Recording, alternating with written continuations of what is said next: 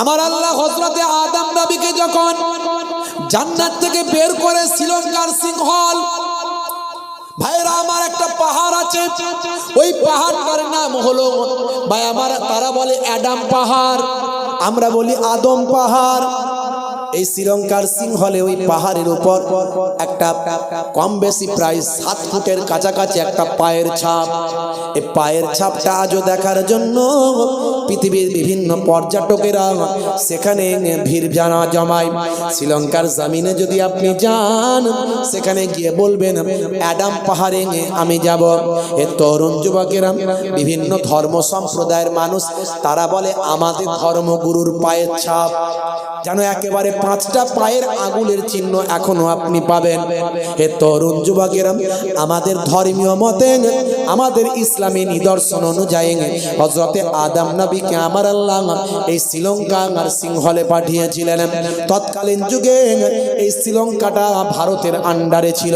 হে তরুণ যুবকেরা, আদম নবী হলেন আমাদের আদি পিতা, সেই জন্য এই ভারতবর্ষ হলো মুসলমানদের বাপের দেশ। কথা ঠিক না ভুল বলেন? যারা বলে মুসলমানদের তাড়িয়ে দেব, এই করে দেবো, ওই করে দেবো, তারাবি কোথা বাবা? এটা তো আমাদের বাপের দেশ। কথা ঠিক না ভুল?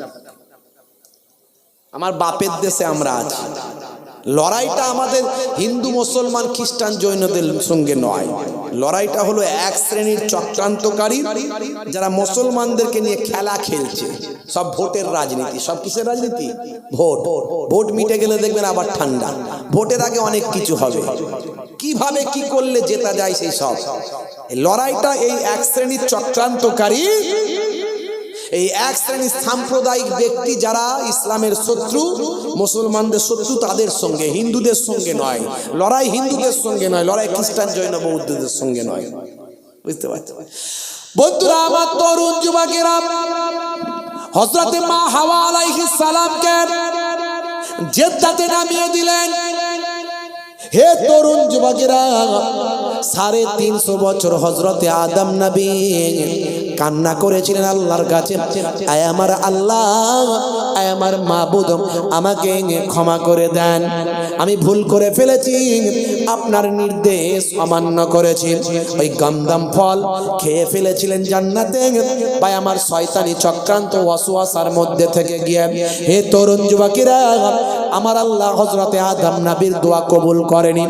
350 বছর দোয়া চেয়েছেন, 350 বছর কেঁদেছেন, এত কান্না কেঁদেছেন। হে তরুণ যুবকেরা, চোখের পানি শুকিয়ে গেছে। হযরতে আদম নবীর কান্না, ভাই আমার, আকাশ বাতাস মুখরিত হয়েছে, সবাই কান্না করেছেন। সেই আদম নবী সর্বশেষ কান্না যখন করেছিলেন, এই জাবালে রহমত পাহাড়ে উঠে তিনি আল্লাহর দরবারে কেঁদেছিলেন। কাঁদতে কাঁদতে বলেছিলেন, আয় আমার মাবুদ, মনে পড়ে গেছে আমার, যখন আমি জান্নাতে ছিলাম, তোমার একজন মাহবুব বান্দা নামটা জান্নাতের দরজায় দেখেছিলাম। তিনি হবেন আমার পরের প্রজন্ম, আমারই বংশধর, আমারই সন্তান। তিনি হবেন তোমার শেষ নবী, তিনি হলেন আখিরি জামানার পয়গম্বর, জগতের শেষ নবী জনাবে মুহাম্মদ মুস্তাফা সাল্লাল্লাহু আলাইহি ওয়াসাল্লাম। আয় আমার মাবুদ, সেই তোমার প্রিয় বান্দা, তোমার প্রিয় হাবিব, আখিরি জামানার পয়গম্বর, তার খাতিরে তুমি আমার দোয়া কবুল করে নাও। আমার আল্লাহ বললেন, বাবা আদম, এবারে তুমি এমন অজুহাত নিয়ে এসেছো, এমন ওসিলা নিয়ে এসেছো, এবার আর আমি তোমাকে ফেরাতে পারলাম না। যাও যাও যাও, হে আদম, আমি তোমার দোয়াটা কবুল করে নিলাম। যে পাহাড়ে হযরতে আদম নবীর দোয়া কবুল হয়েছিল, সেই পাহাড়টা হলো আরাফাতের ময়দানে, পাহাড়টার নাম হলো জাবালে রহমত। সেই জাবালে রহমত পাহাড়ের উপর একটা পিলার দেওয়া আছে, আদম নবীর স্মৃতির জন্য সেখানে রাখা আছে। হযরতে আদম নবী মাথা তুলে দেখলেন, হযরতে মা হাওয়া আলাইহা সালাম জেদ্দার দিক থেকে হেঁটে হেঁটে আসছে। জোরে হবে না? জোরে হবে না? আল্লাহর নবী সেই পাহাড়ে ওয়াজ করেছিলেন, শেষ ওয়াজ, যেটা হলো আল্লাহর নবীর বিদায় ওয়াজ 1,20,000 সাহাবায়ে কেরামদের সামনে ওই জাবালে রহমত পাহাড়ে দাঁড়িয়ে আল্লাহর নবী ওয়াজ করেছিলেন। আর সেদিন কোরআন মাজিদের আয়াতে কারিমা জিবরাইল ফেরেশতা নিয়ে এসেছিলেন, আল ইয়াউমা আকমালতু লাকুম দীনাকুম ওয়া আতমামতু আলাইকুম নি'মাতি ওয়া রাদিতু লাকুমুল ইসলাম দীনা। এই কোরআন মাজিদের এই আয়াত সেদিন নাজিল হয়ে ইসলাম ধর্ম আমার আল্লাহ কমপ্লিট করেছিলেন। এই কমপ্লিট হওয়ার আয়াত নাজিল হলো, আল ইয়াউমা আকমালতু লাকুম দীনাকুম, মুকাম্মাল করে দিলাম আপনাদের জন্য আমি আল্লাহ তাআলা দ্বীনকে, ইসলামকে। জোরে বলুন সুবহানাল্লাহ। তার মানে এতদিন ইসলাম ধর্ম কমপ্লিট ছিল না, সেদিনই ইসলাম ধর্ম কমপ্লিট হলো। অনেকে বলে না যে ইসলাম ধর্ম আমাদের নবী আখিরি জামানার পয়গম্বর থেকে এসেছে, তারা জানে না ইসলাম ধর্ম এসেছে। ভালো করে শুনে রাখুন, মানুষকে বলতে পারবে ইসলাম ধর্ম এসেছে বাবা আদম নবী থেকে। জোরে বলুন সুবহানাল্লাহ। ইসলাম ধর্ম হলো সবচেয়ে প্রাচীন ধর্ম। কোরআন মাজিদ খুলে দেখুন, সব নবীদের ধর্ম ছিল ইসলাম, সব নবীরা ছিলেন মুসলিম। জোরে বলুন সুবহানাল্লাহ। বন্ধুরা আমার, তরুণ যুবকেরা আমার, মুরব্বিয়ানেরা আমার আল্লাহ সেদিনে আয়াত নাজিল করে জানিয়ে দিলেন, ওয়া আতমামতু আলাইকুম নি'মাতি, আমি আল্লাহ আমার নিয়ামতকে পরিপূর্ণ করে দিলাম। ওয়া রাদিতু লাকুমুল ইসলাম দীনান, ইসলামকে আমি আল্লাহ আপনার জন্য মনোনীত, আপনাদের জন্য মনোনীত করে দিলাম। জোরে বলুন সুবহানাল্লাহ। হে তরুণ যুবকেরা, হে আমার বন্ধুরা, শুনে রেখে দিন বাবা, জেনে রেখে যান, আমার আপনার নবী বললেন, আয় আমার উম্মত উম্মতি, আমি হলাম শেষ নবী, আমার পরে আর কেউ নবী আসবে না। আনা খাতামান নাবিয়িনা লা নাবিয়্যা বাদি। তবে মনে রাখবেন, কাল কিয়ামত পর্যন্ত নবী না এলেও নবীদের ওয়ারিস আসবে, নবীদের বংশধর আসবে। কারা নবীদের বংশধর, কারা ওয়ারিস? পীরের ছেলে পীর হবে না, না না, এটা কোথাও লেখা নাই। নবীর ছেলে নবী হবে এমন কথা কোথাও লেখা নাই। ওলির ছেলে ওলি হবে এটা কোথাও লেখা নাই। আপনার ঘরের ছেলেটাও ওলি হতে পারে যদি যোগ্য হতে পারে, ওলি আল্লাহর বেলায় আল্লাহ দিতে পারেন। আপনার ঘরের ছেলেটাও পীর হতে পারে যদি আল্লাহ যোগ্যতা দান করেন। হে তরুণ যুবকেরা, হে আমার মুরব্বিয়ানেরা, আমার আপনার নবী বললেন, আল উলামা ওয়ারাসাতুল আম্বিয়া। হে দুনিয়ার মানুষ শোনো, হাক্কানি আলেম ওলামারা হলো নবীদের বংশধর। নবীদের বংশধর যারা হবে তাদের আল্লাহ কি সম্মান দিয়েছে। শুধু তাই নয়, ভালো করে শুনবেন এই লাইনটা, এই কথাটা, ওলামা ও উম্মতি কা আম্বিয়ায়ে বানি ইসরাইল। দয়ার নবী বলছেন, আমার উম্মতের মধ্যে যারা হাক্কানি আলেম তারা হলো বানি ইসরাইল যুগের নবীদের পর্যায়ভুক্ত। জোরে বলুন সুবহানাল্লাহ। মান যারা আলেমান ফাকান্নামা যারানি, যে আলেমে হাক্কানির সঙ্গে জিয়ারত করলো সে যেন আমি দয়ার নবীর সঙ্গে জিয়ারত করলো। মান সাফাহা আলেমান ফাকান্নামা সাফাহানি, যে আলেমে হাক্কানির সঙ্গে মুসাফা করলো সে যেন আমি দয়ার নবীর সঙ্গে মুসাফা করলো। জোরে হবে না? মান জালাসা আলেমান ফাকান্নামা জালাসানি, যে আলেমে হাক্কানির মজলিসে গিয়ে বসলো সে যেন আমি দয়ার নবীর মজলিসে এসে বসলো। জোরে হবে না? কিন্তু সেই আলেমে হাক্কানিটা আলেমে হাক্কানির মতো হতে হবে, যার সামনে গিয়ে বসলে আল্লাহ এবং রাসূলের কথা মনে পড়ে যাবে। দুনিয়ার কোনো গীবত, শেকায়েত, চগলখড়ি, হিংসা, বিদ্বেষ, অহমিকা, আত্মগরিমা, অহংকার তার মধ্যে থাকবে না। বাপ, এই চেহারা দেখে আলেম বোঝা যাবে না, ডিগ্রি দেখে আলেম বোঝা যাবে না, প্রকৃত আলেমে হাক্কানি হতে গেলে তাকে নাবিয়ানা তরিকায় চলতে হবে। হে তরুণ যুবকেরা, হে আমার বন্ধুরা, শুনে রেখে দিন বাবা, জেনে রেখে দেন। হে মুসলমান, একটু লক্ষ্য করুন, সেই আলেমে হাক্কানিরা এখন ওয়াজ নাসিহাত করেন।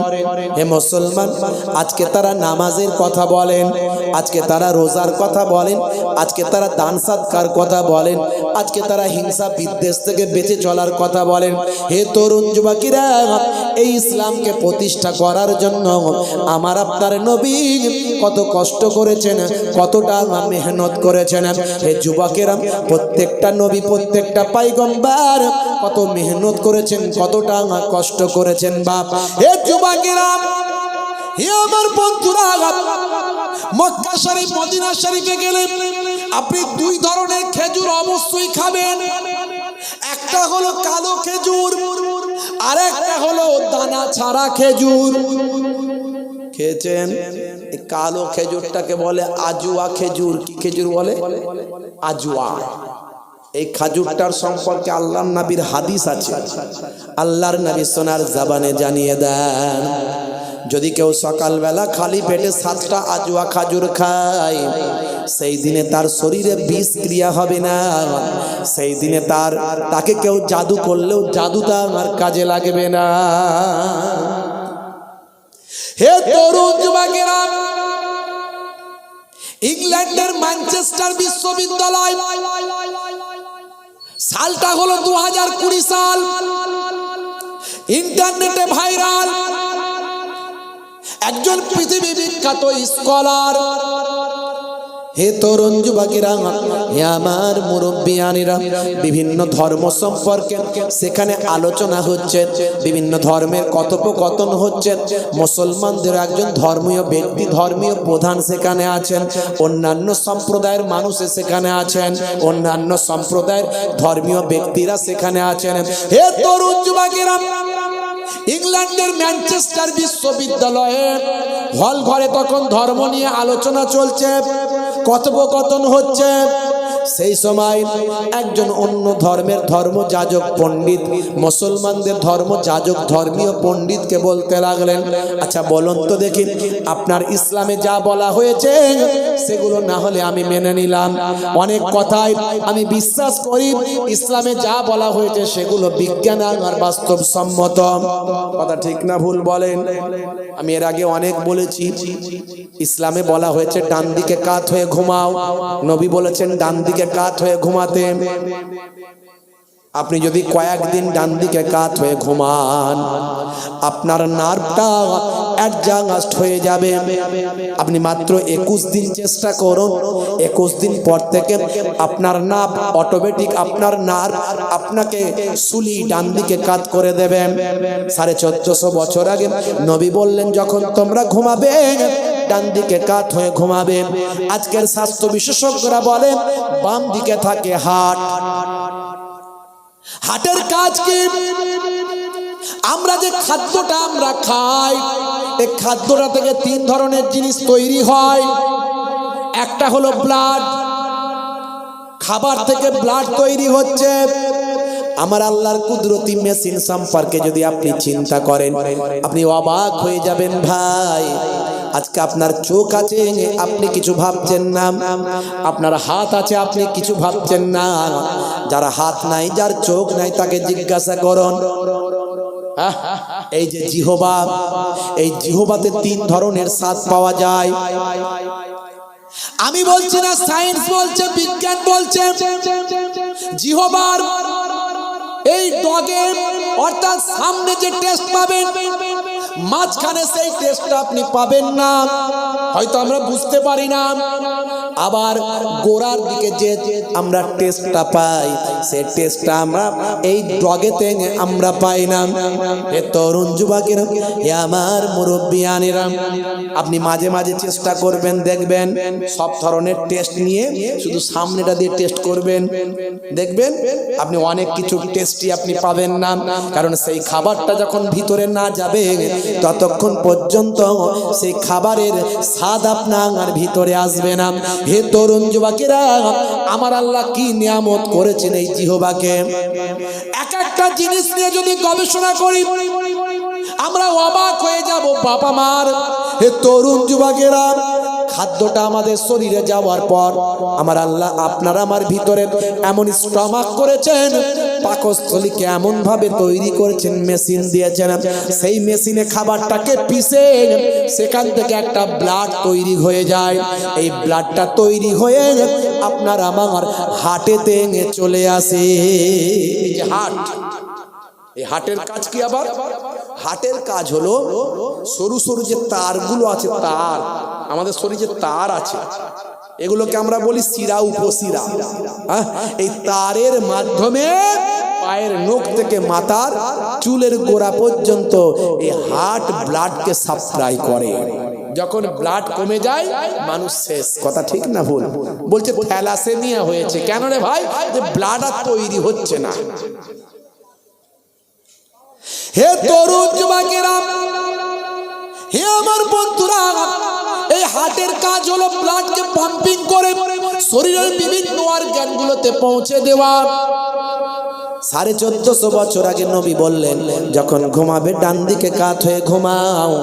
স্বাস্থ্য বিশেষজ্ঞরা বলছে নবী তো ঠিক বলেছেন, কারণ বাম দিকে যদি কেউ কাত হয়ে ঘুমায় তাহলে হতে পারে তারা হার্টেতে প্রেসার পড়বে, হার্টেতে চাপ পড়লে ব্লাড সার্কুলেশন, ব্লাড পাম্পিং হতে অসুবিধা হবে। এর ফলে ঠিক মতো সার্ভিস হবে না, শরীরের বিভিন্ন অর্গানগুলোতে ব্লাড পৌঁছাবে না। এতে ভাই আমার প্যারালাইসিস হতে পারে, ব্লাড সার্কুলেশন বন্ধ হলে বিভিন্ন রোগ হতে পারে, অসুখ হতে পারে।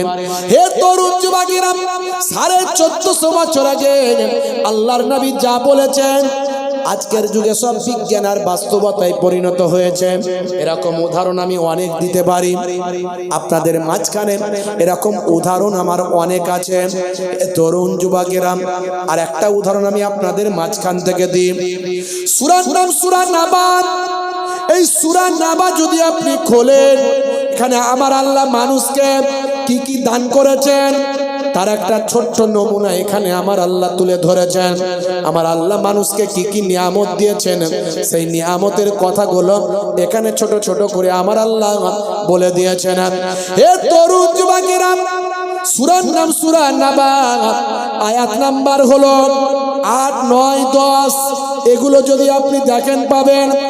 8 নাম্বার আয়াতে আমার আল্লাহ বলছেন, ওয়া খালাকনাকুম আজওয়াজা ওয়া জাআলনা নাওমাকুম সুবাতা ওয়া জাআলনাল লাইলা লিবাসা ওয়া জাআলনান নাহারা মাআশা ওয়া বানাইনা ফাওকাকুম সাবআন শিদাদা। বলুন না সুবহানাল্লাহ, জোরে হবে না? বন্ধুরা আমার, তরুণ যুবকেরা, এখানে 10 নাম্বার আয়াতে আমার আল্লাহ বলছেন, ওয়াজআলনাল লাইলা লিবাসা, আমি আল্লাহ মানুষের জন্য সৃষ্টি করেছি, রাতকে পোশাক বানিয়েছি। আমি আল্লাহ মানুষের জন্য রাতকে পোশাক বানিয়েছি।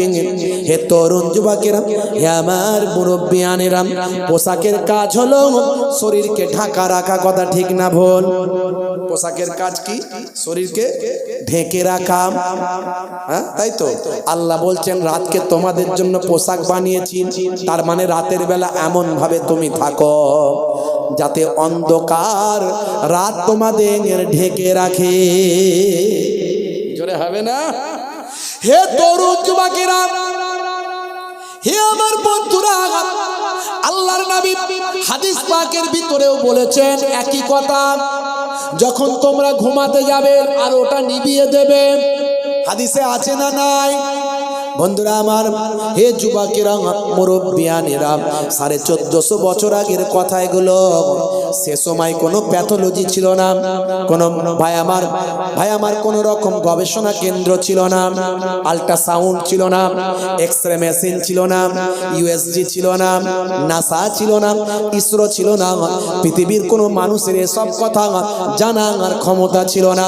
হে তরুণ যুবকেরা, 1450 বছর আগে এগুলো কোরআনের কথা, হাদিসের কথা। আজকের যুগের বিজ্ঞানের গবেষণায় বেরিয়ে আসে 1450 বছর আগের কথাগুলো মিলে যায়। বিজ্ঞান বলছে, সায়েন্স বলছে, মাথা থেকে কমপক্ষে 5 ধরনের হরমোন নিঃসৃত হয়। ভালো করে শুনে রাখুন, মাথা থেকে 5 ধরনের কম বেশি হরমোন তৈরি হয়। হে তরুণ যুবকেরা, তার মধ্যে এক ধরনের হরমোন যখন মানুষটি ঘুমিয়ে থাকে এবং গভীর ঘুমে যখন আচ্ছন্ন থাকে, আর ঘরটা যদি অন্ধকারের ভিতরে থাকে, চোখ যখন সিগন্যাল দিয়ে ব্রেনকে জানিয়ে দেয় যে অন্ধকারের ভিতরে আছি এবং গভীর ঘুমে আচ্ছন্ন আছেন, তখন মাথার পেছন সাইড থেকে এক ধরনের হরমোন নিঃসৃত হয়। এই হরমোনটার নাম হলো মেলাটোনিন হরমোন। আমি বলছি না, সায়েন্স বলছে, ইন্টারনেট সার্চ করবেন পাবেন। এই মেলাটোনিন হরমোনটার কাজ কি একটু শুনে রাখেন। এর আগেও আমি বলেছি, আজও আমি বলছি, এই মেলাটোনিন হরমোনটা বের হয়ে আপনার আমার রক্তের সঙ্গে মিশে যায়। এই মেলাটোনিন হরমোনটা বের হয়ে রক্তের সঙ্গে মিশে গিয়ে শরীরকে ক্যান্সারের জীবাণু থেকে রক্ষা করে। ভাই জোরে হবে না? জোরে হবে না? এখনো কি কোরআন বিশ্বাস হয় না? বলুন তো দেখি বাপ। আমি অনেক উদাহরণ দিয়েছি, এরকম কম বেশি অর্ধশত উদাহরণ আমার আছে পকেটে রাখা, কিছু কম বেশি। বেশি বলতে গিয়ে সময় আমি অতিবাহিত করব না। এই যে যখন আজুয়া খাজুরের কথাটা বললাম না, কিছু মানুষ অবাক হয়ে যেতে পারে, এ আবার হয় না? 7টা আজুয়া খাজুর খেলে বিষক্রিয়া শরীরে কাজ করবে না? ম্যানচেস্টার ইউনিভার্সিটির হল ঘরে 2020 সালে ইন্টারনেট সার্চ করবেন পাবেন। এমন সময় অন্য ধর্মের ধর্মযাজক, মুসলমানদের ধর্মযাজক, ধর্মীয় পণ্ডিতকে বলছেন, সাহেব ও মাওলানা শুনে রেখে দেন, আপনাদের ইসলামে অনেক কথাই বলা হয়েছে যেগুলো আজকের যুগে বিজ্ঞান আর বাস্তবতার সঙ্গে মিলে যায়, কিন্তু একটা কথা আমি আপনার কাছে জানতে চাই। আপনার নবী বলেছেন 7টা আজুয়া খাজুর খেলে নাকি শরীরে বিষক্রিয়াও কাজ করে না, ওই দিন জাদু টোনাও কিছু কাজ করে না। এটা আমি মানতে পারলাম না। সেই সময় যিনি ধর্মীয় পণ্ডিত ছিলেন, তিনি সর্বদা আজুয়া খাজুর বেশি করে খেতেন। হে তরুণ যুবকেরা, হে আমার মুরব্বিয়ানেরা, সৌদি আরবে যখন যাবেন, উমরা হজে বা হজ করতে যখন যাবেন, সেখান থেকে আজুয়া খাজুরটা বেশি করে নিয়ে আসবেন। এই আজুয়া খাজুরটা আপনার হার্টের জন্য কাজে লাগবে। হে তরুণ যুবকেরা, হে আমার মুরব্বিয়ানেরা, শুনে রেখে দিন বাবা, এই আজুয়া খাজুরটা হলো কালো খাজুর।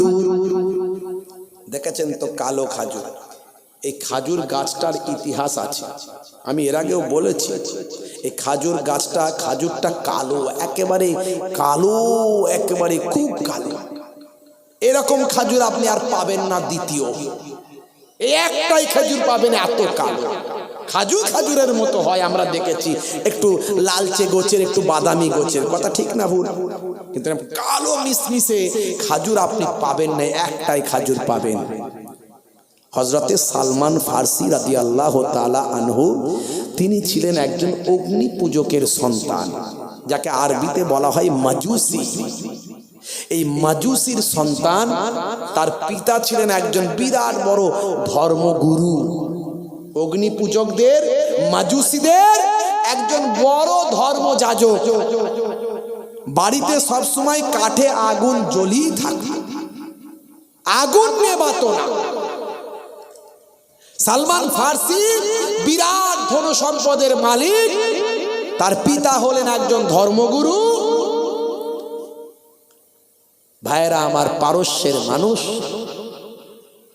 তাকে তার পিতা বলেছে, বাবা সালমান, তুমি তো আমার উত্তরাধিকারী হবে, এখন থেকে একটু প্র্যাকটিস করো, মানুষজনের সঙ্গে মেশো, আর যে কোনো অবস্থায় পড়ো না কেন, এই আগুন জ্বলা বন্ধ করবে না, সবসময় আগুন যেন জ্বলে, কারণ আগুনই হলো আমাদের খোদা।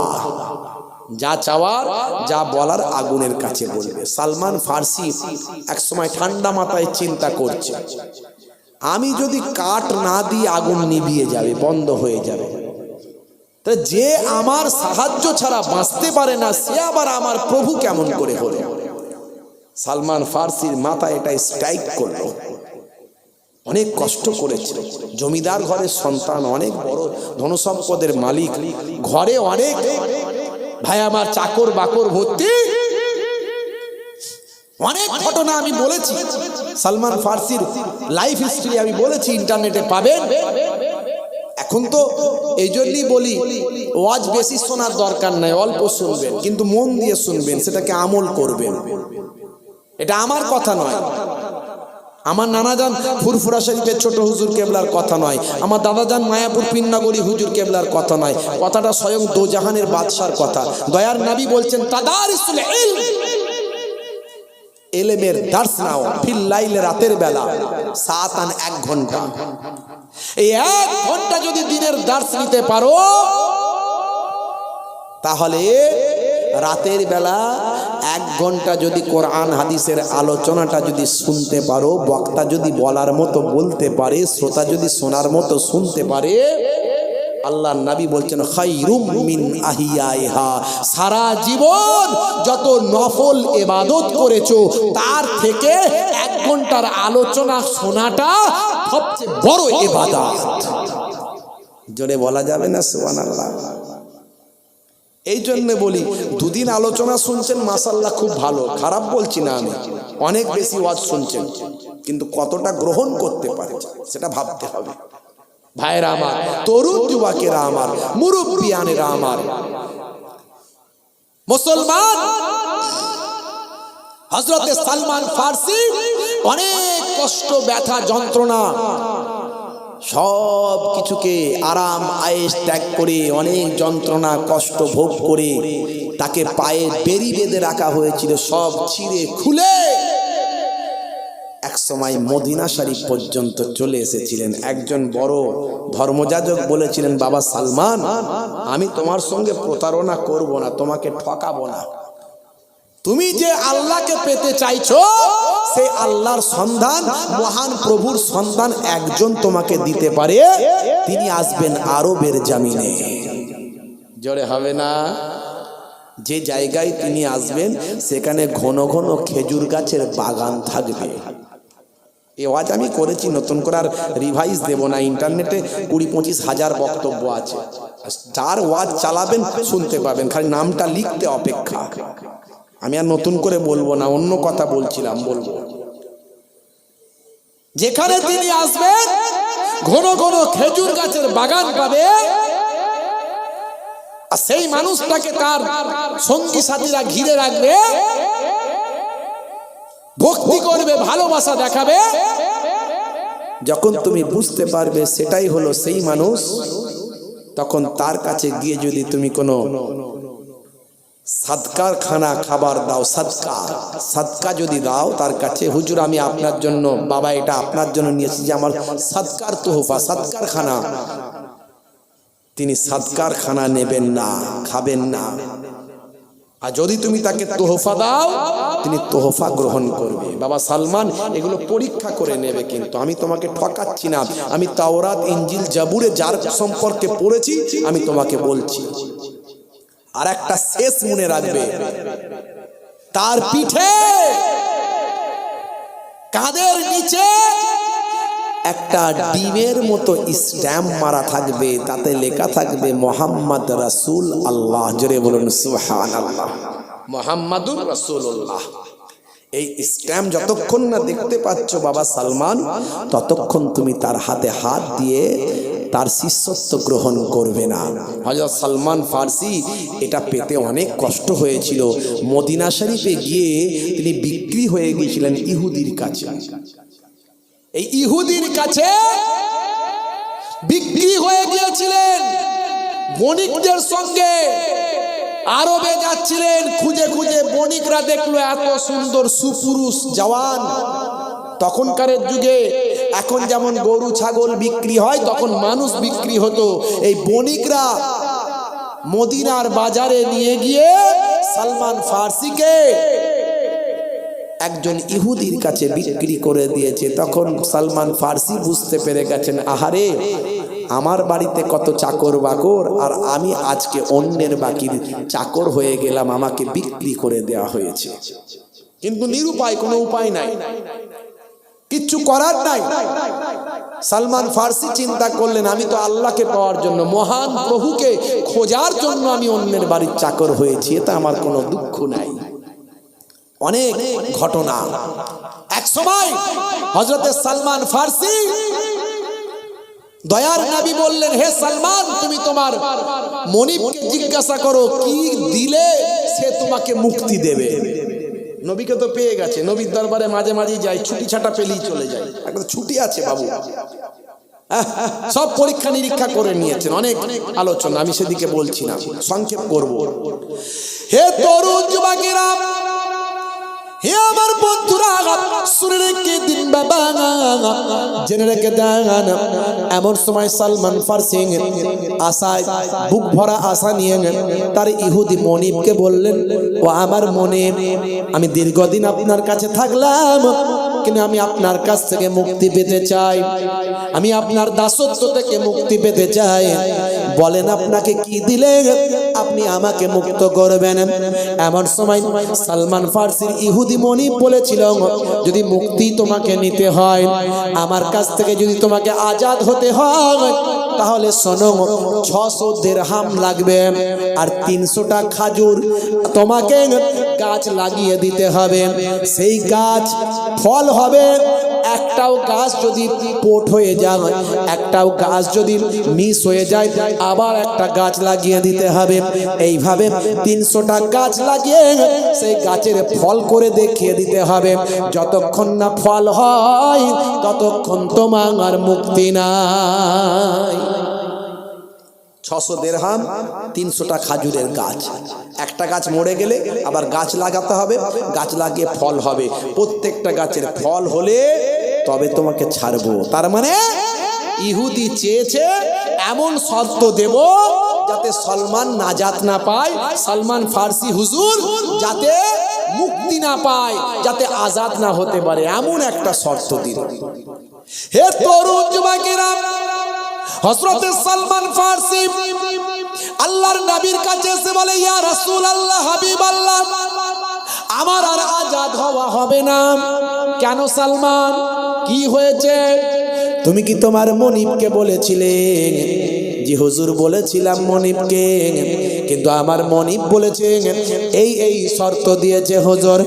আল্লাহর নবী বললেন, হে বাবা সালমান, শোনো, চলো তুমি চিন্তা করো না, আমি হযরতে আলীকে নিয়ে আর তোমাকে নিয়ে যাচ্ছি ইহুদির কাছে। ওই ইহুদি তোমাকে খাজুর চারা দেবে বলেছে। বলে, হ্যাঁ হুজুর, যাও খাজুর ওই গাছগুলো বা খাজুরগুলো বীজগুলো নিয়ে নাও। হে তরুণ যুবকেরা, হযরতে সালমান ফার্সি খাজুরের বীজগুলো ইহুদি দিল, ইহুদির শর্ত মেনে নিল হযরতে সালমান ফার্সি। আল্লাহর নবী বললেন, বাবা আলী, ও বাবা আলী, তুমি গর্তটা খুলে খুলে চলে যাবে, আর আমি সেই ইহুদির দেওয়া খাজুরের বীজটা লাগাতে লাগাতে যাব। বাবা সালমান, তুমি শেষে পানিটা দিতে দিতে যাবে, পেছন দিকে কেউ তাকাবে না। জোরে হবে না, জোরে হবে না। এমন সময় ইহুদি যে বীজটা সালমান ফার্সিকে দিলেন, সেই বীজগুলোকে সব পুড়িয়ে, দানাগুলোকে পুড়িয়ে দিয়েছে, যাতে করে এই পোড়া বীজ গাছ না হয়। আল্লাহর নবীর কাছে যখন হযরত সালমান ফার্সি ইহুদির দেওয়া চোখ ভরা পানি, বুক ভরা বেদনা নিয়ে পোড়া বীজগুলো যখন আল্লাহর নবীর হাতে দিলেন, আল্লাহর নবী বীজগুলো দেখে বললেন, ওই জালেম ইহুদি সে চাই না তুমি মুক্তি পাও, তাই সে বীজগুলোকে পুড়িয়ে দিয়েছে, যাতে করে এই পোড়া বীজ থেকে গাছ না হয়। তবে সালমান, তুমি চিন্তা করো না, আমি দয়ার নবী দোয়া চাইবো, আমার আল্লাহ এতে কি গাছ দিয়ে দেবেন। হে তরুণ যুবকেরা, হে আমার মুরব্বিয়ানেরা, হযরতে আলী মুর্তজা কারামাল্লাহু ওয়াজহু গর্ত খুলতে খুলতে গেলেন। আল্লাহর নবী বীজগুলো বপন বপন করতে করতে গেলেন, মাটিটা চাপা দিতে দিতে গেলেন। সালমান ফার্সিকে বললেন পানিটা দিতে দিতে এসো বাবা, তবে মনে রেখো পেছন দিকে তাকাবে না। হে তরুণ যুবকেরা, সব বীজগুলো যখন বসানো হয়েছে, শেষ হয়ে গেল বীজ বসা, পেছন দিকে আল্লাহর নবী বললেন এবার তাকিয়ে দেখো, প্রত্যেকটা বীজ থেকে আমার আল্লাহর কুদরতি ক্ষমতায় নবীর ওসিলায় গাছ হয়ে ফল খানা ধরে গিয়েছে। আর প্রত্যেকটা ফল হলো আজওয়া খাজুর। জোরে হবে না, জোরে হবে না। এই হলো আজওয়া খাজুরের ইতিহাস। আল্লাহর নবী বলেছেন সাহাবীকে, এই সাহাবী তোমার বুকে ব্যথা, তোমার বুকে ব্যথা, আজওয়া খাজুর খাও, আল্লাহ তোমার স্বাস্থ্য ভালো করে দেবেন। জোরে হবে না ভাইরা আমার। আর একটা খাজুর খাবেন, মক্কা শরীফ মদিনা শরীফে গেলে সেই খাজুরটার বীজ নাই। ভাই এমন কোন ফল পৃথিবীতে পেয়েছেন যে ফলের বীজ নাই? দেখেছেন বীজ নাই এরকম ফল পেয়েছেন বাবা? খাজুর একটা আছে যে ফলের বীজ নাই। আপনাদের আর জানা আছে কিনা জানি না, বীজ ছাড়া ফল এরকম আছে কিনা আমি জানি না, বললে হয়তো মনে পড়ে যাবে। কিন্তু এই ফলটার, এই খাজুরটার ভিতরে বীজ পাবেন না। এরও অনেক বড় ইতিহাস, আমি বলতে যাচ্ছি না এখন। আবু জাহিল তো মাঝে মাঝে আমার নবীর উপর জুলুম করত, শুধু পরীক্ষা করত। একদিন খাজুর থেকে বীজটাকে ফেলে দিয়ে বলে বাবা মোহাম্মদ, তোমার দেখছি এই জাদু মন্ত্র সব জায়গায় চলছে, গাছকে ডাকলে গাছ চলে আসে, হাতের ভিতর থেকে ধুলো বালিয়ে তোমাকে সাক্ষী দিয়ে তোমাকে তোমার কলেমা পড়ে নেয়, হ্যাঁ তুমি আকাশের দিকে চাঁদের দিকে আঙুল দিয়ে ইশারা করলে চাঁদও এ হয়ে যায়, কি বলে দুখানা হয়ে যায়, তোমার জাদু দেখছি সব জায়গায় চলছে।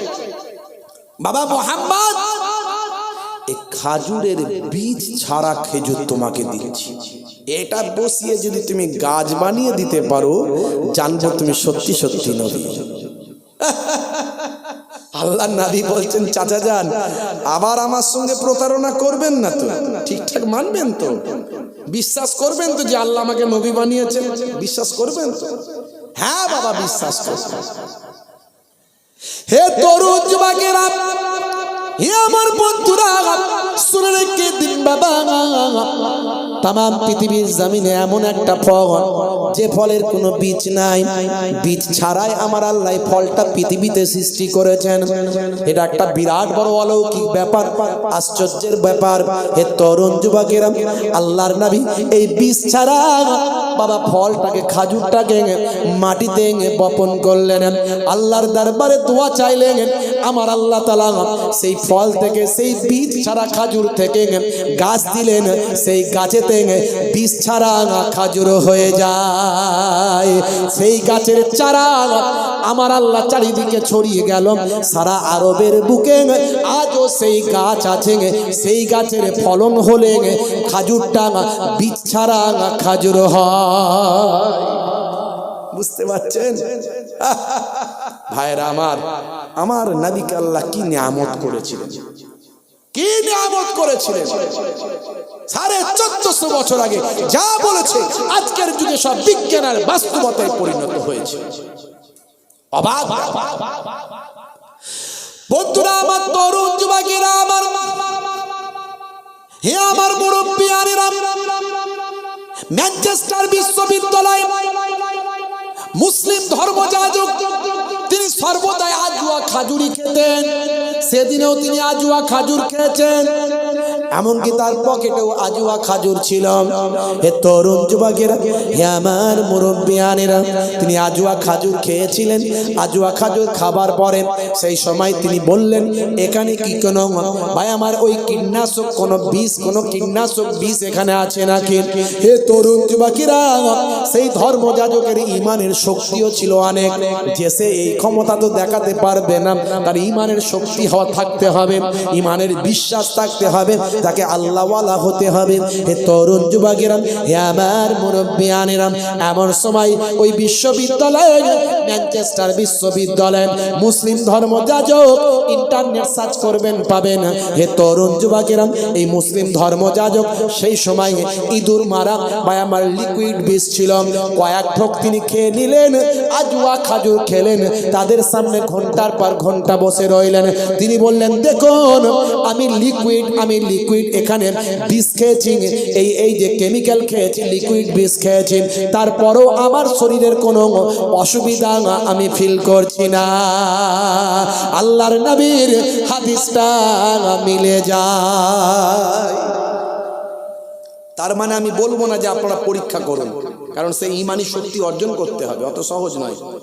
আর আপনি খেতেও পারবেন না, যতই আজওয়া খাজুর খান। আপনাকে বলি যদি বিষটা খেয়ে পরীক্ষা করুন তো, দূরবাবু মরে যাবো কোথায় এখন, সেটা আপনি দ্বারা সম্ভব হবে না, কারণ সেই ঈমানি শক্তি আসেনি। বন্ধুরা আমার, তবে সেই ঈমানি শক্তি যাদের আছে হবে।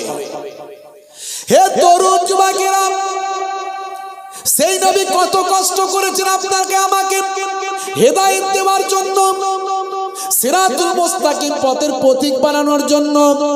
নবী আমার রক্তাক্ত হয়েছেন, জুলুমের শিকার হয়েছেন। হে তরুণ যুবকেরা, যুগে যুগে যত নবী পয়গম্বর পৃথিবীর জমিনে এসেছেন, তারা প্রত্যেকেই লাঞ্ছিত বঞ্চিত হয়েছেন। আজকেও আলেম ওলামারা লাঞ্ছিত বঞ্চিত হচ্ছে না, হয়নি? ইসলামের কথা বলতে গিয়ে আলেমদের উপরে জুলুম আসছে না, আসেনি? কত আলেমকে দেখবেন জেলখানায় বন্দী হয়ে আছে, হক কথা তারা কোরআনের কথা বলেছে। বুঝতে পারছো? সারা পৃথিবীতে প্রত্যেকটা নবীর উপর জুলুম হয়েছে। হযরতে নূহ নবীর কথা যদি একটু টাচ দিই, হযরতে নূহ আলাইহিস সালামকেও জালেম উম্মতেরা অনেক আঘাত করেছে, অনেক রক্তাক্ত করেছে। 950 বছর হযরতে নূহ নবী ওয়াজ করেছেন, জীবন জিন্দেগি ধারণ করেছেন। হে তরুণ যুবকেরা, এই দীর্ঘ সময়ে তিনি অনেক ইবাদত, অনেক বন্দেগী করেছেন, অনেক ওয়াজ নাসিহাত করেছেন, কিন্তু ফায়দা তেমন কিছু হয়নি। অল্প কিছু মানুষ কেবলমাত্র হেদায়েত হয়েছে, বেশিরভাগ মানুষ হেদায়েত হলো না। হে তরুণ যুবকেরা, হযরতে নূহ আলাইহিস সালাম এক সময় আল্লাহকে বললেন, আল্লাহ আমি আর পারছি না, এত দিন ধরে এদেরকে হেদায়েত করলাম, এই অল্প কিছু মানুষ কেবলমাত্র হেদায়েত হলো, বাকিরা আর কেউ হেদায়েত হলো না।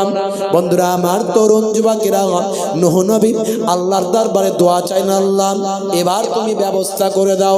আমার আল্লাহ বললেন, হে নবী নূহ, চিন্তা করো না, কিছু ভেবো না, আমি আল্লাহ তোমার জালেম উম্মতদের, ওই জালেম মানুষদের এবার ধ্বংস করে দেব। আপনারা জানেন বিরাট বন্যা হয়েছিল, সেই বন্যার ওয়াজ আমি করব না, বন্যার ওয়াজ আমি করছি না। কত কষ্ট করেছেন নবীরা, আমি সেটা বলছি। ফেরেশতা জিবরাইল আলাইহিস সালাম একটা গাছ নিয়ে, গাছের ডাল দিয়ে গেলেন, নূহ নবীকে বললেন, হে নবী নূহ, আমার আল্লাহ আপনাকে গাছের ডালটা পাঠিয়েছেন, এই ডালটা আপনি লাগিয়ে দেন, অল্প কিছুদিনের মধ্যে ডালটা একটা বিশাল বড় গাছ হয়ে যাবে। হে তরুণ যুবকেরা, হে আমার মুরব্বিয়ানেরা, বিশাল বড় যখন গাছ হয়ে যাবে, হে নবী নূহ, আপনি সেই গাছটাকে কেটে ফেলবেন, ওই গাছকে কেটে আপনি নৌকা তৈরি করবেন, নৌকাটা আপনার হবে 1200 হাত লম্বা।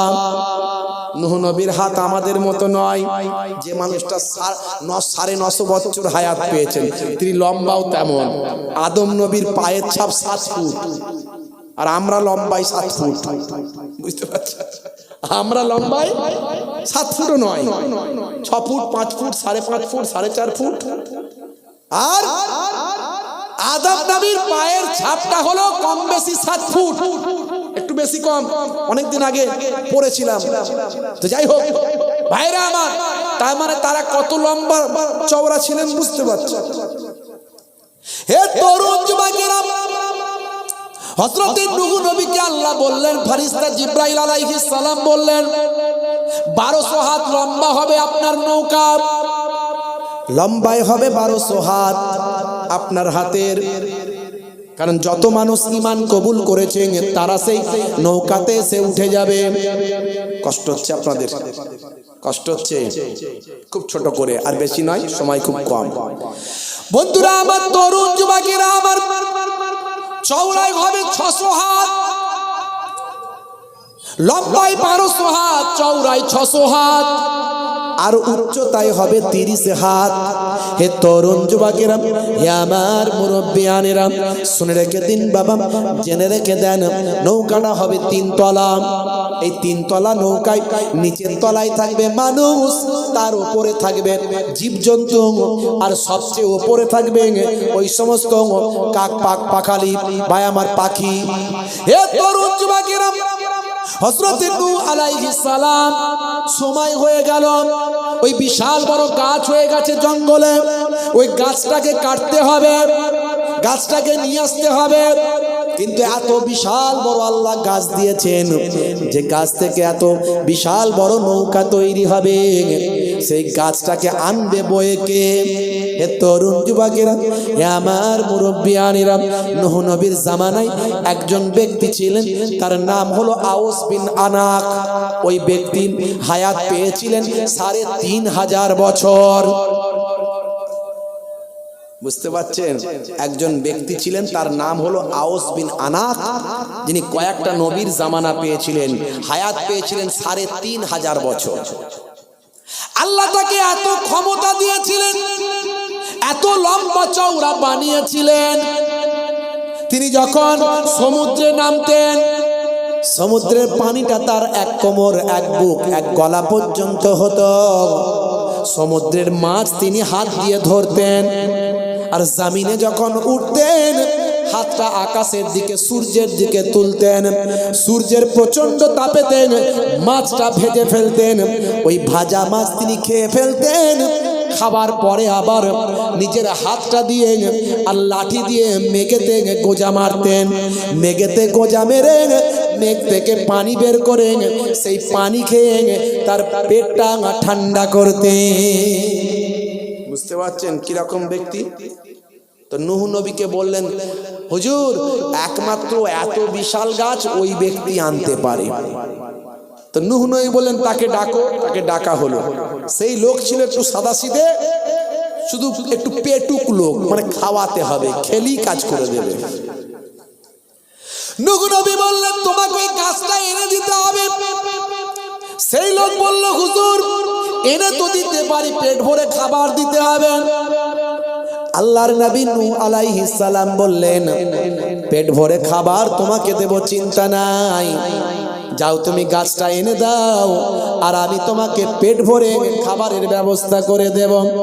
এমন সময় ওই ব্যক্তি বলল, হুজুর, তবে শোনেন, যদি পেট ভরে খাবার যদি না পান, তাহলে গাছ আবার তুলে নিয়ে আগের জায়গায় রেখে দিয়ে আসবো।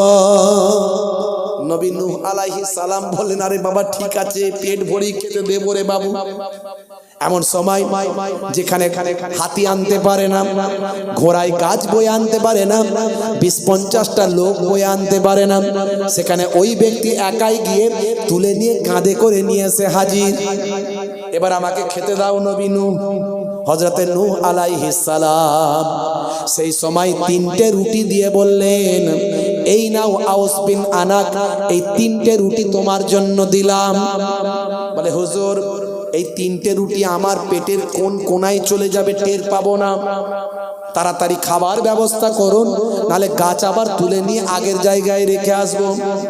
আল্লাহর নবী বললেন, তুমি বিসমিল্লাহ বলে খাওয়া শুরু করো, পেট যদি না ভরে আবার খাবার দেব। হে তরুণ যুবকেরা, 1.5 খানা রুটি খাবার পরে পেটটা তার ভরে গেল। বলে, আপনি কি আমাকে খাবার দিলেন? 1.5 খানার বেশি খেতে পারি না। আসলে বিসমিল্লাহ বলার বরকত আল্লাহ দিয়েছেন, জোরে বলুন। হে তরুণ যুবকেরা, হযরত নূহ আলাইহিস সালাম সেই নৌকা তৈরি করলেন। কিন্তু আল্লাহ এখনো পানি দিচ্ছেন না, এখনো বন্যা হচ্ছে না। শুনছেন তো নাকি? নৌকা তৈরি হয়ে পড়ে আছে, আর সেই জামানার লোকগুলো অনেক খচ্চর মানুষ, বলে নূহ নবীর মাথা খারাপ হয়ে গেছে, দেখো ঝড় নাই পানি নাই, বিশাল বড় নৌকা। হ্যাঁ, তারা কি করলো? বলে এক কাজ করো, নৌকা যখন করে দিয়েছে, আমাদের মাঠে ঘাটে পায়খানা করার অসুবিধা হচ্ছে, চলো নৌকাতে গিয়ে পায়খানা করি। যার যখন পায়খানা পায় ও নৌকায় গিয়ে পায়খানা করে দেয়। বুঝতে পারছি, তারা জালেম মানুষ, সংখ্যায় বেশি। এইভাবে দীর্ঘদিন ধরে নৌকায় গিয়ে পায়খানা শুরু করে। হে তরুণ যুবকেরা, নূহ নবী মাঝে মাঝে এসে দেখেন সর্বনাশ, এ তো নৌকায় শুধু পায়খানা আর পায়খানা। আস্তে আস্তে পায়খানায় যেন নৌকাটা ভর্তি হয়ে যাচ্ছে। এ তরুণ যুবকেরা, সারা দেশের মানুষ যখনই পায়খানা পায় ওই নৌকা এসে পায়খানা করে দেয়। এইভাবে করতে করতে এবার দেশের কানা খুড়া লোকগুলো তারাও গিয়ে পায়খানা শুরু করেছে। চোখে দেখতে পায়নি, কিন্তু এত বড় বদমাইশ যে নূহ নবীর নৌকাতে গিয়ে পায়খানা করবে। তো এক কানা রাতের বেলা পায়খানা করতে গিয়ে হঠাৎ ওই নৌকাতে পড়ে গেছে, যেখানে পায়খানায় ভর্তি, ওই পায়খানার ভিতরে পড়ে হাবুডুবু খাচ্ছে। ওই পায়খানার ভিতরে হাবুডুবু খেতে সাঁতার কাটতে কাটতে কোন রকমে উঠেছে। কোন রকমে যখন নৌকায় উঠেছে, পায়খানা থেকে যখন মুক্তি পেয়ে সাঁতার কেটে উঠেছে, তখনই দেখছে তার চোখটা ভালো হয়ে গেছে। সর্বনাশ, এই পায়খানার ভিতরে পড়ে গিয়ে চোখ ভালো। চারিদিকে চিৎকার করে বলছে আমি চোখে দেখতে পাচ্ছি। জন্মান্ধ, জন্ম থেকে অন্ধ। কিন্তু নূহ নবীর নৌকায় পায়খানাতে ডুবুক মেরে চোখ ফিরে পেয়েছে। এই খবর চারিদিকে ছড়িয়ে যাওয়ার পরে জালেমরা বলল আরেকটু পরীক্ষা করি, দাঁড়া আর একটা অন্ধকে নিয়ে যাই। দু চারজন মিলে তাকে নিয়ে গিয়ে বলে তোকে আর হাঁকতে ফাঁকতে হবে না, তুই গিয়ে ডুবুক মেরে আয়। বেটা গিয়ে ওখানে পায়খানাতে গিয়ে সাঁতার কেটে ডুবুক টাবুক মেরে উঠে যখন এলো, দেখছে ওরা চোখ খুলে গেছে। আরে বাপ রে বাপ! আল্লাহকে বলছেন নূহ নবী, আল্লাহ গো, এ তুমি বললে নৌকা তৈরি করতে, আর বেটারা শুধু হেগে পায়খানা করে ভর্তি করে দেয়। আল্লাহ বলছেন হে নবী নূহ, চিন্তা করো না, ভয় পেও না, আমি আল্লাহ হলাম। জালেমরা যত বড়ই চক্রান্ত করুক, আমি আল্লাহ হলাম তাদের সবার উপর সবচেয়ে বড় কৌশল নির্ণয়কারী। জোরে হবে না? জোরে হবে না? আমার আল্লাহ কোরআন মাজিদের ভিতরে বলেছেন ওয়া মাকারু ওয়া মাকারাল্লাহ ওয়াল্লাহু খায়রুল মাকিরিন। জোরে হবে না? এসআইআর হচ্ছে, মুসলমান ভয় পাচ্ছে। বলে এসআইআর হচ্ছে, উনি সর্বনাশ, কি হবে রে বাবু, নাম টাম কেটে সব বাদ দিয়ে দেবে নাকি? কি যে হচ্ছে, কখন বলছে এর নাম বাদ যাচ্ছে, কখন বলছে ওর, কত রকমের যে লেখালেখি, পত্র পত্রিকা, কত রকম খবর, কত রকম নিউজ, মাথা খারাপ হয়ে যাচ্ছে পড়ে। বুঝতে পারছো? আমি বলে চিন্তা করো না, তুমি তো আর বিদেশি নও, তুমি তো এদেশের নাগরিক, তোমার কিসের চিন্তা?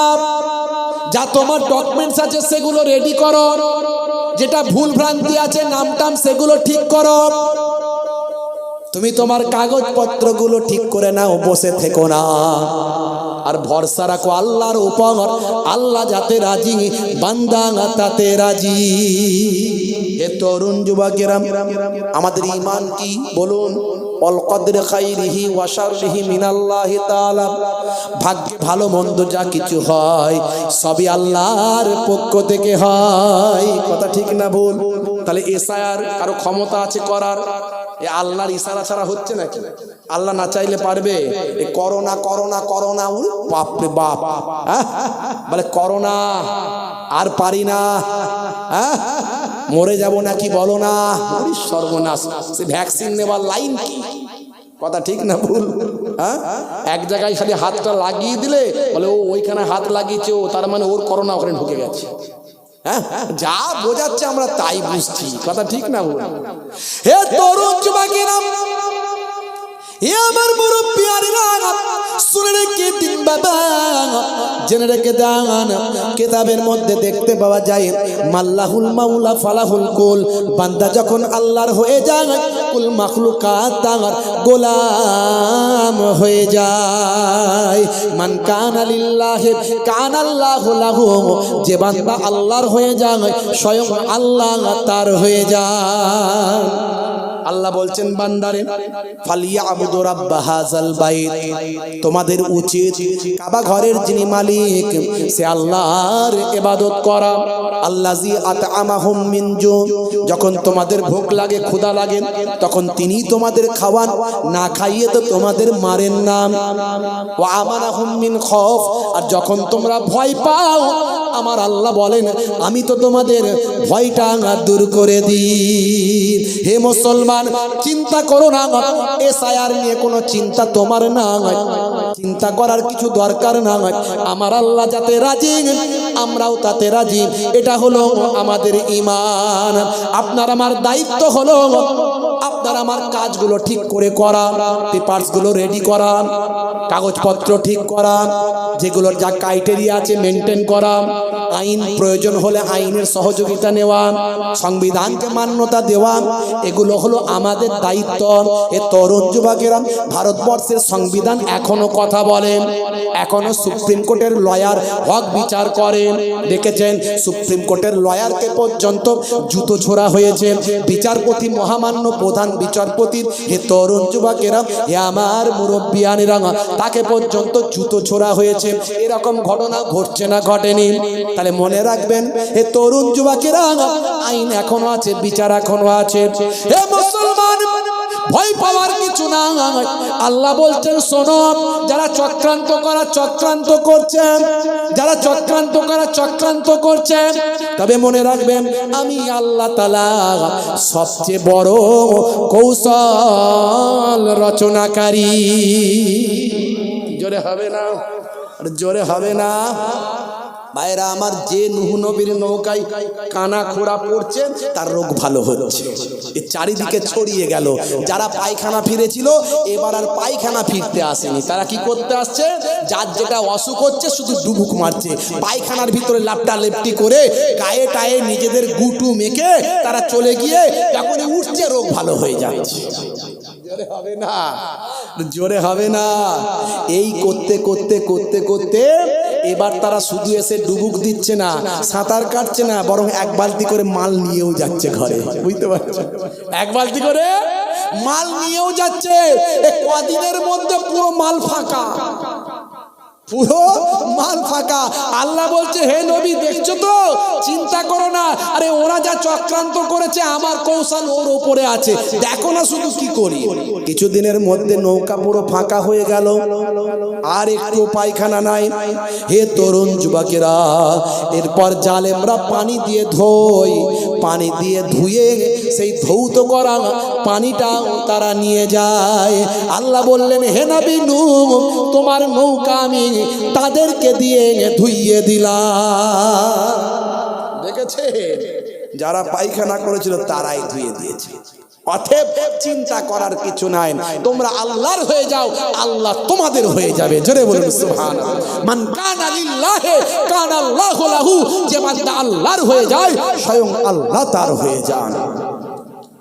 হে তরুণ যুবকেরা, এবারে চলে আসুন কি করে সঠিক উম্মত হবে। দুটো কাজ করুন, একটা হলো 5 ওয়াক্ত নামাজটা পড়ুন। আমি ইমাম সাহেবকে জিজ্ঞাসা করছিলাম ফজরের নামাজে কজন, বলে হুজুর আর বলবেন না। হে তরুণ যুবকেরা, হে আমার বন্ধুরা, নামাজি হতে হবে, তবে তো আল্লাহর সঙ্গে বান্দার যোগাযোগটা হবে। মুসলমান নামাজ ছেড়ে দিয়েছে, এই জন্য জাবানের দোয়া কবুল হয় না। এত বিপদ, এত লাঞ্ছনা বঞ্চনা। হে তরুণ যুবকেরা, 82 বার আল্লাহ নামাজের কথা বলেছেন। ওয়াকিমুস সালাত, নামাজ কায়েম করো, নামাজ ছেড়ে দিও না। নামাজ যখন আপনি পড়বেন আপনার সঙ্গে আল্লাহর ডাইরেক্ট যোগাযোগটা আপনি পাবেন। এরই জন্য বলা হয় আসসালাতু মিরাজুল মুমিনিন, মুমিনদের জন্য মেরাজ হলো নামাজ। আরবের জমিনে কোনো ভিখারি নাই, অন্য জায়গার ভিখারিরা আছে, সেখানে ভিক্ষা করে। আরবের মানুষ, সৌদির মানুষ ভাই আমার কোনো ভিক্ষা সেখানে করে না। আর আরবের মানুষ আর যাই করুক নামাজ তারা ছাড়ে না। কোনো ব্যক্তিকে বেনামাজি পাবেন না। প্রত্যেকটা পেট্রোল পাম্প যেখানে আছে সেই পেট্রোল পাম্পের সঙ্গে একটা মসজিদ আছে। সরকার থেকে নির্দেশ যে পেট্রোল পাম্প থাকলে মসজিদ থাকবে, মসজিদ ছাড়া পেট্রোল পাম্পের পারমিশন থাকবে না। মানে ওই সৌদি আরবের জমিনে, মক্কা মদিনা শরীফের জমিনে কোনো বেনামাজি পাবেন না। আমাদের এখানে যেমন পানি অ্যাভেলেবেল, ওখানে তেমন তেল অ্যাভেলেবেল।